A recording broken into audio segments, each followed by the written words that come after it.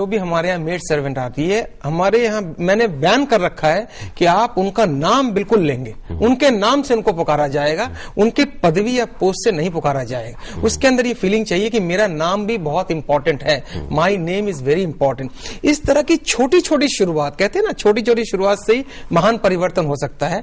सरकार की अपनी स्कीम्स हैं, सरकार के अपने प्रोजेक्ट्स हैं, सोशल जो ऑर्गेनाइजेशन है, एनजीओ है, उनके अपने प्रोजेक्ट हैं। बट अभी इस वक्त जो हम चर्चा कर रहे हैं, आज हम क्या कर सकते हैं? प्रश्न यह है, हाउ कैन आई स्टार्ट?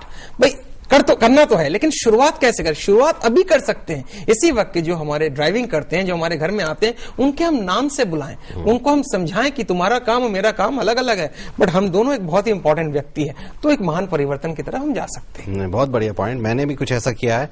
मैंने अपनी विल में जस्ट जी जाना चाहिए, तो विल में मैंने अपने सर्वेंट को और अपने ड्राइवर को एक अच्छी पूंजी एलोकेट करी है। जब वो पॉइंट मेरी फैमिली के सामने आया, पेरेंट्स वगैरह के सामने और सबके सामने, तो वो जरा थोड़ा सा प्रोटेस्ट आया, लेकिन मैंने बताया ये तो सारी जिंदगी लगा दे रहे हैं हमारे लिए, बिल्कुल। तो इनको ये क्यों नहीं मिलना चाहिए? एनवायरमेंट की भी बात मेरे को दिमाग में याद आई, JRD टाटा जी का आपने मुझे बताया।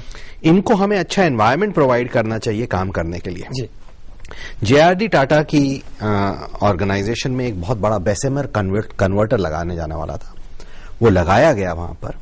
उसको इनॉग्रेट करने के लिए JRD टाटा वहां पहुंचे और बहुत गर्मी थी वहां पर, क्योंकि चल रहा था, चलने वाला था। तो उन्होंने बोला कि पहले बात ये बताओ कि जो ऑपरेटर होगा इसका, उसका कैबिन जो है एयर कंडीशनड है कि नहीं है? क्या बात है! करोड़ों रुपए का, अरबों रुपए का खर्च हो रहा है, लेकिन उनको किस पे नजर किस पे है? उस गरीब आदमी पे जो वहां बैठ के पसीने में चलाएगा। सो इनका एनवायरनमेंट भी थोड़ा सा हमें इंप्रूव करना चाहिए। समझ जी, बस मैं आपकी बात सुनकर मुझे कुछ याद आ रहा है। हम एक शब्द कहते हैं ना जी, top. I am top, you know. तो टॉप का मतलब यह है the other person. The other person. देखिए, उन्होंने दूसरे व्यक्ति की बात सोची, मैं अपनी बात ही सोच रहा हूं, तो मैं कहां पे टॉप पे जाऊंगा? तो ये जितने भी लोग हैं जो हिस्ट्री मेकर बने हैं, JRD टाटा की आपने बात किया, किसी की बात, मार्टिन लूथर किंग जूनियर साहब का एक बड़ा प्यारा कोटेशन है कि अगर एक झाड़ू देने वाला एक झाड़ू देने का काम करता है, उसकी काम में इतनी खूबसूरती होनी चाहिए कि ईश्वर भी अगर आसमान से देखे तो कहे यहाँ पे एक झाड़ू देने वाला रहता है जिसने अपना काम बेहतरीन तरीके से किया। अब सोचिए कितना प्यारा कोटेशन है। तो टॉप पे अगर आपको जाना है, दी अदर पर्सन, दूसरा व्यक्ति को साथ लेना ही पड़ेगा आपको। Very good. इसी से मुझे एक एग्जाम्पल याद आता है। एक अब्राहम लिंकन का एक मैंने 10वीं क्लास में पढ़ा था, माई स्ट्रगल फॉर एजुकेशन। उसमें एक एग्जाम्पल दिया गया है कि किस तरीके से अब्राहम लिंकन वहां पहुंचे। उनका जो उनका टेस्ट है वो क्लीनिंग स्किल से हुआ था।